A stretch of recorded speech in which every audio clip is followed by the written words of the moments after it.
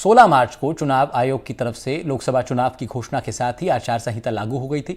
इसके बाद लगभग 75 दिनों के अंतराल में 180 रैलियां, धड़ाधड़ रोड शो और 80 प्रेस इंटरव्यूज के बाद दक्षिण के आंध्र प्रदेश के पालनाडु से शुरू हुआ प्रधानमंत्री का चुनाव प्रचार 30 मई को पंजाब के होशियारपुर में आकर समाप्त हो गया। विपक्ष के फायर ब्रांड नेताओं जैसे राहुल गांधी, प्रियंका गांधी, अखिलेश यादव, अरविंद केजरीवाल, ममता बनर्जी, तेजस्वी यादव, दक्षिण में स्टैलिन, रेवंत रेड्डी जैसे नेताओं से अपने दम पर टक्कर लेते नरेंद्र मोदी नजर आए। प्रधानमंत्री ने सबसे ज्यादा 22 जनसभाएं और कुल 31 चुनावी कार्यक्रम यूपी में किए। इसके साथ ही कर्नाटक में 11, तेलंगाना में भी 11, तमिलनाडु में 7, आंध्र प्रदेश में 5, केरल में 3 रैलियां की। प्रधानमंत्री मोदी ने बिहार में 20 चुनावी कार्यक्रम और महाराष्ट्र में 19 चुनावी कार्यक्रमों के साथ पश्चिम बंगाल में 20 रैलियों को संबोधित किया। इसके साथ ही पीएम ने उड़ीसा और मध्य प्रदेश में 10 चुनावी कार्यक्रम किए। पीएम का फोकस झारखंड पर भी रहा, जहां 7 कार्यक्रमों में उन्होंने हिस्सा लिया। प्रधानमंत्री मोदी के 2019 के चुनावी रैलियों की संख्या अगर देखें तो वो महज 142 जनसभाएं थी। इस बार 180 जनसभाएं प्रधानमंत्री ने की हैं। अब प्रधानमंत्री कहां हैं? नरेंद्र मोदी इस वक्त उस ध्यान मंडपम में बैठे हैं जहां आज से 132 साल पहले 1892 में स्वामी विवेकानंद ने ध्यान लगाया था। 1963 में स्वामी विवेकानंद की जन्म शताब्दी पर आरएसएस कार्यकर्ता एकनाथ रानाडे के नेतृत्व में विवेकानंद रॉक मेमोरियल कमेटी ने यह मेमोरियल बनवाया था। और अब 2024 में संघ का ही एक स्वयंसेवक इस ध्यान केंद्र में ध्यान लगाए बैठा है और सारी दुनिया की नजरें उनके इस आध्यात्मिक दौरे पर लगी हुई हैं। 1 जून को 8 राज्यों और केंद्र शासित प्रदेशों की 57 सीटों पर मतदान होना है। पीएम की वाराणसी सीट भी इसमें शामिल है। उत्तर प्रदेश, पंजाब की 13 सीटें, पश्चिम बंगाल की 9 सीट, बिहार की 8, उड़ीसा की 6, हिमाचल की 4, झारखंड की 3 सीटें इसमें शामिल हैं। इसके साथ ही चंडीगढ़ की एकमात्र सीट पर इसी चरण में मतदान होगा। प्रधानमंत्री इस वक्त कन्याकुमारी में है। प्रधानमंत्री के इस दौरे की मैसेजिंग क्या है? क्या इसके मायने हैं? और क्या यह सिर्फ एक आध्यात्मिक यात्रा है या फिर सियासी नजरों से देखें तो यह अंतिम चरण के मतदान से पहले क्या प्रधानमंत्री का मास्टर स्ट्रोक है? इस पर बात करेंगे। हमारे साथ रवीश रंजन शुक्ला, हमारे संवाददाता, लाइव जुड़ रहे हैं कन्याकुमारी से।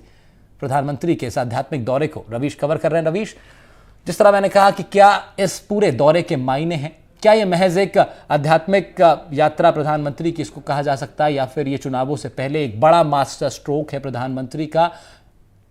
कल के चुनाव से पहले प्रधानमंत्री क्या कुछ साधने का प्रयास कर रहे हैं अगर सियासी नजरों से इस आध्यात्मिक यात्रा को देखा जाए?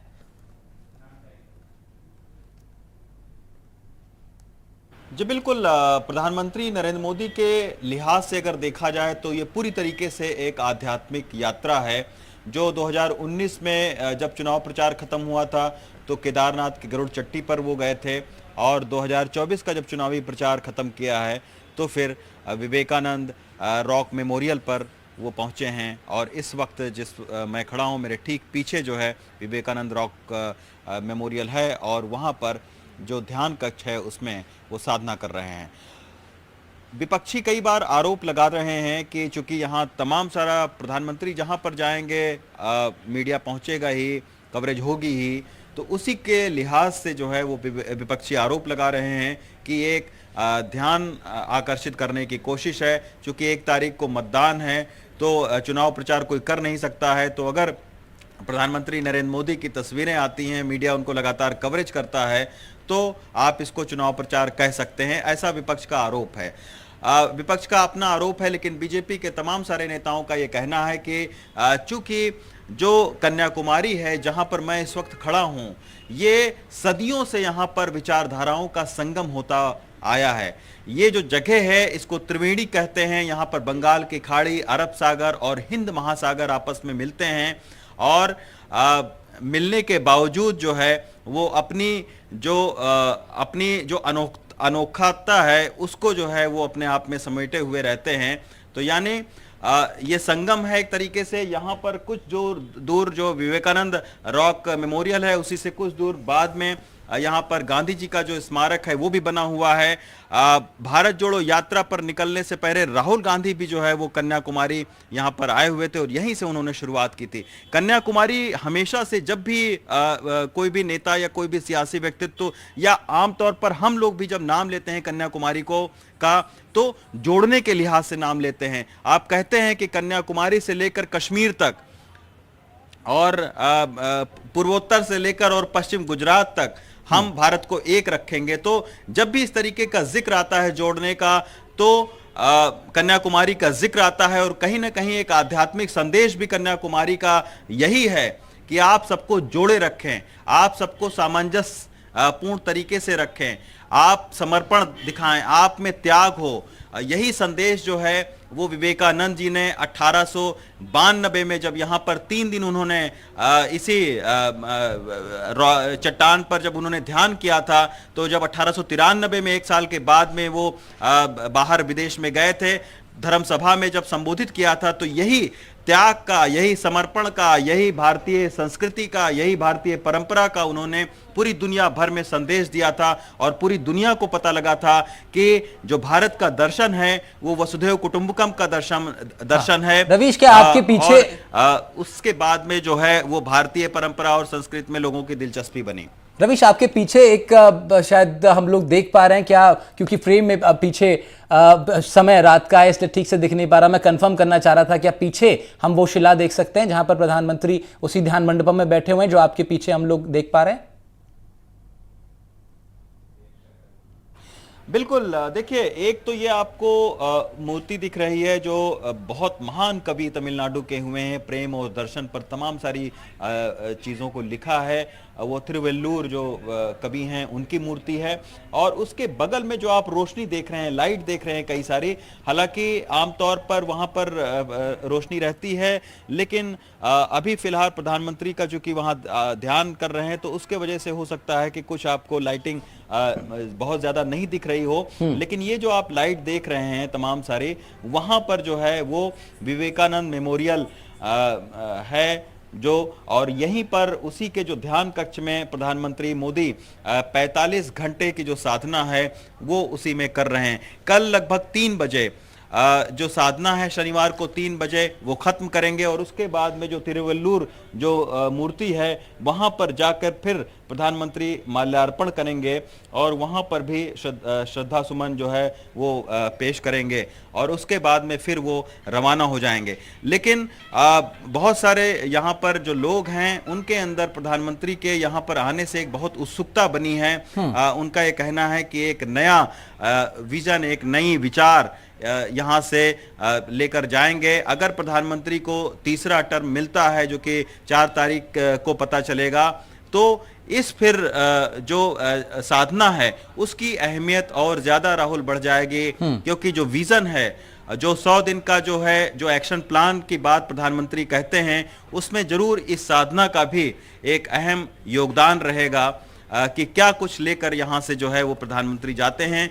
क्योंकि प्रधानमंत्री ने अपने कई सारे उद्बोधन में भी ये बात कही है कि भारत के युवाओं को विवेकानंद जी के समर्पण, त्याग और ईमानदारी से काम करने का जो संदेश है वो सीखना चाहिए। किस तरीके से भारतीय संस्कृति को अपने जीवनचर्या में ढालें, उसको सीखना चाहिए। तभी भारत जो है वो पूरी दुनिया में विश्व गुरु बन सकता है। लगातार वो कहते रहे हैं और कहीं ना कहीं आज हमारी विवेकानंद आश्रम के एक विद्वान से बात हो रही थी, उनका भी ये कहना है कि एक काफी सालों के बाद में एक ऐसा व्यक्तित्व यहाँ भारत में आया है नरेंद्र मोदी के रूप में, जो इनके शिक्षाओं को सबसे ज्यादा प्रचारित प्रसारित वो कर रहे हैं पूरी दुनिया भर में। वो चाहे योग को विश्व दिवस बनाने की बात हो, योग विश्व दिवस, या फिर चाहे वो भारतीय संस्कृति को अलग अलग तरीके से प्रचारित करने की बात हो, वो चाहे भारतीय वेशभूषा को जब भी बाहर जाते हैं तो उनकी कोशिश रहती है कि वो अपने वेशभूषा में जाएं। तो ये सारी बातें कहीं ना कहीं उनको विवेकानंद के विचारों के करीब लाती हैं और यही वजह है कि आज जब वो 3 दिन के योग साधना में हैं यहाँ पर विवेकानंद रॉक मेमोरियल में, तो एक बार फिर से लोग उन सारी चीज़ों को फ्लैश माइंड में याद करते हैं, उन सारे 10 साल के कार्यकाल को याद करते हैं, प्रधानमंत्री मोदी की कही हुई बातों को याद करते हैं कि किस तरीके से बार बार विवेकानंद जी से, उनके विचारों से जुड़ने की बात प्रधानमंत्री कहते रहे हैं। और वो इसलिए कहते रहे हैं क्योंकि वो विवेकानंद जी के बारे में सोचते हैं और उनके जीवन का अनुसरण करने की कोशिश करते हैं। और इसका प्रतीक, इसका जो निशानदेही है वो यहाँ पर आपको देखने को मिलता है कि पहले विवेकानंद जी के समय में, उस समय अत्याधुनिक जो है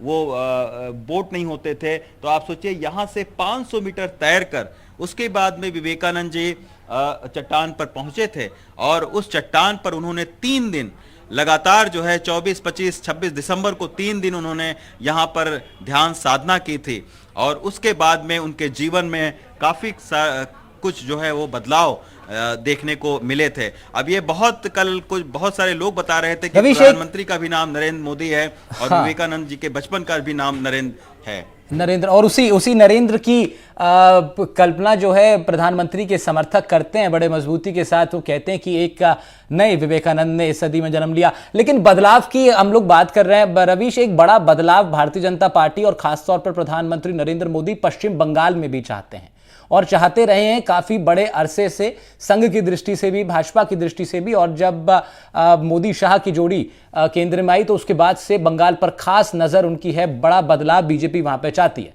कल 9 सीटों पर मतदान बंगाल में भी होना है और विवेकानंद जी बंगाल में ही जन्मे और रामकृष्ण परमहंस जी का जो मठ वहां पर है वहां भी बड़ी संख्या में विवेकानंद जी के फॉलोअर्स हैं। तो क्या दक्षिण के कन्याकुमारी से विवेकानंद रॉक इस चट्टान से जब ध्यान में प्रधानमंत्री बैठे तो क्या कहीं ना कहीं बंगाल में बदलाव पर भी उनकी नजर है? क्या इसका प्रभाव बंगाली वोटर्स पर पड़ेगा? कल पड़ सकता है।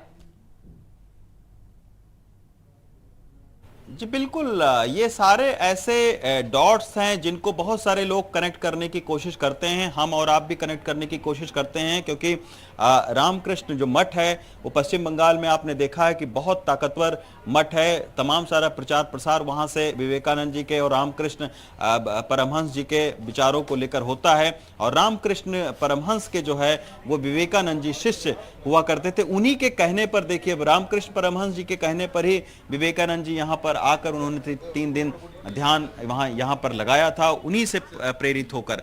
तो निश्चित तौर पर आप कह सकते हैं कि एक बड़ा संदेश जो है वो पश्चिम बंगाल में जाएगा और यही वजह है कि तमाम सारे जो विरोधी विपक्षी पार्टी हैं वो आलोचना कर रहे हैं इस दौरे के। ठीक है, बहुत बहुत शुक्रिया रवीश, आपका बहुत शुक्रिया। कन्याकुमारी से रवीश रंजन रिपोर्ट कर रहे थे एनडीटीवी के लिए। प्रधानमंत्री के इस बेहद ही खास दौरे को कवर कर रहे हैं।